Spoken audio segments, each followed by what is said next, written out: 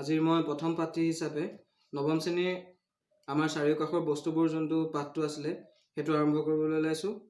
ইয়াত তোমালোকৰ প্ৰথম কুৱেশ্যনটো আহিব পাৰে পদাৰ্থ কি? পদাৰ্থ হৈছে তোমাৰ অসংখ্য সৰু সৰু কণিকাৰ সমষ্টি। আমি আগতেও পাই আহিছোঁ সকলোৱে, যিবিলাক তোমাৰ ভৌতিকভাৱে বা ৰাসায়নিকভাৱে তোমাৰ কি হৈ থাকে, একত্ৰিত হৈ থাকিব পাৰে। এতিয়া ইয়াতে আমি এটা বস্তু ক'ব পাৰোঁ যে পদাৰ্থ যিকোনো বস্তু হ'ব পাৰে। আমাৰ কিছুমান আছে যাৰ ভৌতিকভাৱে সলনি হ'ব পাৰে পদাৰ্থৰ অৱস্থাবিলাক, আৰু কিছুমান অৱস্থা আছে যিবিলাক তোমাৰ ৰাসায়নিকভাৱে পৰিৱৰ্তন হ'ব পাৰে। তাৰ ভিতৰত আমি পদাৰ্থৰ তিনিটা অৱস্থা হিচাপে আমি গম পাওঁ যে কঠিন, জুলীয় আৰু গেছীয়। সেই প্ৰপাৰ্টিজখিনি আমি মানে তাৰ যোনখিনি বৈশিষ্ট্যখিনি আমি চিৰিয়েলি মই কৈ যাম, তোমালোকে নোট ডাউন কৰি ল'বা। প্ৰথম হৈছে কঠিন পদাৰ্থ।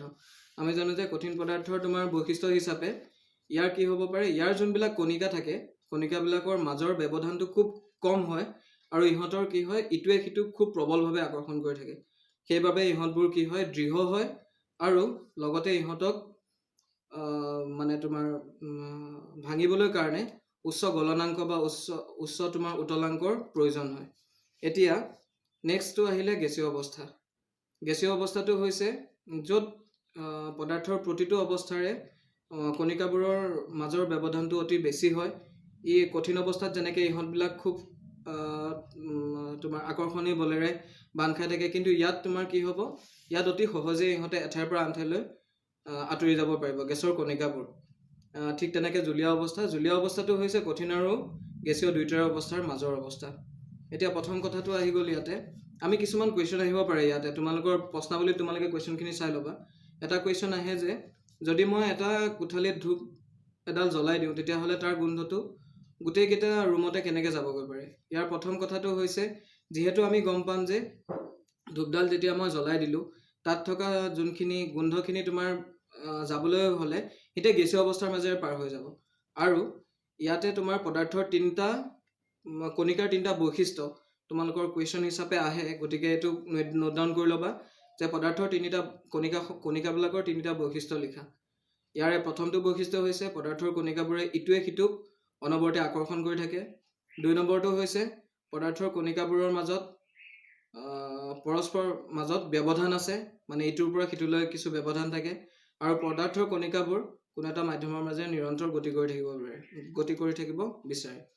এতিয়া এই ধৰ্মটো যেতিয়া মই যে ক'লোঁ ধূপকাঠিডাল জ্বলাই দিওঁতে যেনেকৈ গোটেই হেৰিটো গুচি গ'ল, গোন্ধটো পালে, ই হৈছে পদাৰ্থৰ গেছীয় অৱস্থাৰ যোনটো ই নিৰন্তৰ গতি কৰি থাকিব পৰা নিয়মটো তাৰ ওপৰত পৰিব বিচাৰিছে।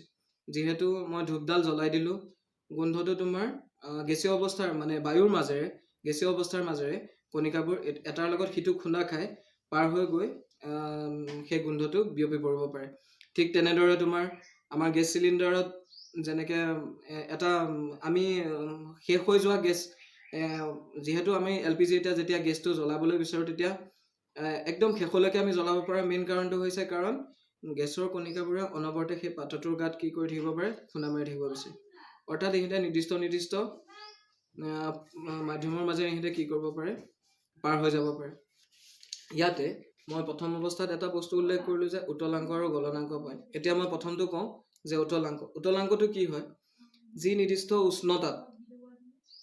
উষ্ণতাত জুলীয়া অৱস্থা এটাৰ পৰা বস্তু এটা উতলি গেছীয় অৱস্থা পাবলৈ বিচাৰে, সেইটোৱে হৈছে বস্তুটোৰ উতলাংক। অৰ্থাৎ জুলীয়া অৱস্থা যেনে পানীৰ উতলাংক আমি কেনেকৈ ক'ব পাৰোঁ, পানীৰ উতলাংক হৈছে 100 ডিগ্ৰী চেলচিয়াছ, আৰু তাতে ইয়াক যদি মই SI এককত প্ৰকাশ কৰোঁ, উষ্ণতাটো যদি SI এককত প্ৰকাশ কৰোঁ, তেতিয়াহ'লে সেইটো হ'বগৈ 373 কেলভিন। মই এতিয়া তোমালোকক এটা মেথছ বুজাম অকণমান সময়ৰ পিছতে। নেক্সটটো হৈছে গলনাংক পইণ্ট। গলনাংক হৈছে তোমাৰ যি উষ্ণতাত কঠিন পদাৰ্থ এটা গলি পেলাই তোমাৰ জুলীয় অৱস্থা পাব পাৰে, সেইটো হৈছে তাৰ গলনাংক পইণ্ট। এইটো হৈছে গলনাংক উষ্ণতাটো হৈছে বিশেষকৈ বৰফৰ ক্ষেত্ৰত। আমি জানো যে বৰফৰ গলনাংক হৈছে 0 ডিগ্ৰী চেলচিয়াছ, অৰ্থাৎ গলিবলৈ আৰম্ভ কৰে, আৰু ইয়াৰ SI ইউনিট হৈছে, মানে SI এককত যদি প্ৰকাশ কৰোঁ উষ্ণতাটো, তেতিয়া হৈছে তাৰ হৈছে 273 কেলভিন। গতিকে ইয়াতে এটা মেথছ মই শিকাম আপোনালোকক, অকণমান ৰৈ লওক। মই মেথছটো বুজাবলৈ ওলাইছোঁ। উষ্ণতাৰ পৰিৱৰ্তন প্ৰথমটো হৈছে ডিগ্ৰী চেলচিয়াছৰ পৰা কেলভিন। ইয়াতে হৈছে কেলভিন উষ্ণতাটো হৈছে SI ইউনিট। আমি যেতিয়া কেলভিনত প্ৰকাশ কৰিম, তেতিয়া প্ৰথম কথাটো হ'ল উষ্ণতা যোনটো দিয়া থাকিব সেইটোৰ লগত 273 273 তোমালোকে প্লাছ কৰি তাক কেলভিনলৈ নিব পাৰিবা। আকৌ কেলভিনৰ পৰা যেতিয়া ডিগ্ৰী চেলচিয়াছ কৰা যাব তেতিয়া যোনটো দি থোৱা উষ্ণতা থাকিব সেই উষ্ণতাটোৰ পৰা -273 ডিগ্ৰী চেলচিয়াছ কৰি দিলেই হ'ল। এই বস্তুটো তোমালোকে প্ৰত্যেকে নোট ডাউন কৰি ল'বা। এতিয়া এজ ফৰ এক্সাম্পল 27 ডিগ্ৰী চেলচিয়াছক কেলভিন স্কেলত প্ৰকাশ কৰা। সমাধান কৰোঁতে মই 27 ডিগ্ৰী চেলচিয়াছ মোৰ দিয়া আছে, গতিকে যিহেতু মোক কেলভিন বনাবলৈ দিছে গতিকে মই ইয়াৰ লগত কি প্লাছ কৰি দিলোঁ, ইয়াত দেখুৱাৰ দৰে 270 এটা মই প্লাছ কৰি দিলোঁ। তেতিয়াহ'লে এনচাৰ কিমান হৈ যাব মোৰ 300 কেলভিন।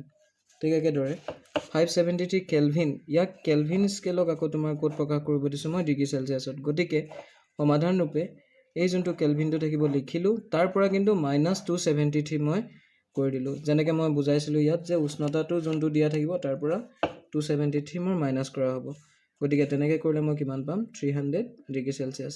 অৰ্থাৎ মানে আমি উষ্ণতাৰ পৰিৱৰ্তন ডিগ্ৰী চেলচিয়াছৰ পৰা কেলভিন এইদৰে সমাধান কৰিব পাৰোঁ। তোৰ লগতে জড়িত ইয়াৰ অন্য এটা টপিক হৈছে বাষ্পীভৱন। ইয়াতে কি হয়, জুলীয়া অৱস্থাপ্ৰাপ্ত বস্তু এটা নিৰ্দিষ্ট উষ্ণতাত সি বাষ্পীভূত হ'বলৈ ধৰে, অৰ্থাৎ গেছীয় অৱস্থা পাবলৈ লাভ কৰে। গেছীয় অৱস্থা পোৱা অৱস্থাতে ই কি হয়, তাৰ পৃষ্ঠখন ঠাণ্ডা হ'বলৈ ধৰে। সেইকাৰণে আপুনি আমি সকলোৰে এটা কুৱেশ্যন আহিব পাৰে যে বৰফ পানী থকা গিলাচ এটাৰ বাহিৰত কিহৰ কাৰণে পানীৰ বিৰিঙনি দেখা যায়, মানে পানীৰ টোপাল দেখা যায়। এইটো হৈছে কোনো ধৰণৰ বৰফৰ গিলাচটো বা ফাটি আছে বা তেনেকুৱা ধৰণৰ কাৰণ হ'ব নোৱাৰে, যিহেতু আমি জানো যে বৰফ থকা পানী গিলাচ ঠাণ্ডা হৈ থাকে। আৰু যেতিয়াই বাহিৰৰ জলীয় বাষ্প বা ধোঁৱা ধূলিকণা যোনবিলাক থাকে এইবিলাক যেতিয়া আহি সেই ঠাণ্ডা পৃষ্ঠখনৰ লগত তোমাৰ লগ লাগে, তেতিয়া সি শক্তি বিকিৰণ কৰে, অৰ্থাৎ তাৰ সি ঠাণ্ডা অনুভৱ কৰে, ফলত সি গোট মাৰিবলৈ আৰম্ভ কৰে। আৰু যোনখিনি বৰফখিনিয়ে যিহেতু বৰফ পানী থকা অৱস্থাৰ পৰা সেই বৰফৰ পিছতেই সি শক্তিটো এৰি দিয়াৰ ফলত সি কি হৈ যায়, পানীৰ টোপালৰ সৃষ্টি কৰি দিব পাৰে। ঠিক একেদৰে গৰমকালি আমি কপাহী কাপোৰ পিন্ধা উচিত কিয়, সেইটো এটা তোমালোকৰ খুব ইম্পৰ্টেণ্ট কুৱেশ্যন। গৰমকালি কিয় কপাহী কাপোৰ পিন্ধা হয় আমি। নেক্সট আকৌ এটা আহিব পাৰে তোমালোকৰ যে আমি গৰমকালি বা মাটিৰ পাত্ৰ এটাত যেতিয়া আমি পানী ৰাখোঁ সেই পানীখিনি কিয় ঠাণ্ডা হৈ থাকে, ইয়াৰ মুখ্য কাৰণটো হৈছে তোমাৰ বাষ্পীভৱন। ঠিক একেদৰে নেপথেলিন বল এটা যদি থৈ দিয়া যায় কিহৰ কাৰণে সি নোহোৱা হয়, সেইটো বাষ্পীভৱনে হয়। ইয়াৰ লগতে আৰু এটা জড়িত ঘটনা হৈছে ঊৰ্ধ্বপাতন প্ৰক্ৰিয়া, যিটো প্ৰক্ৰিয়াৰ কাৰণে তোমাৰ কঠিন বস্তু এটা জলীয় অৱস্থা নোপোৱাকৈ পোনে পোনে গেছীয় অৱস্থা হ'ব পাৰে।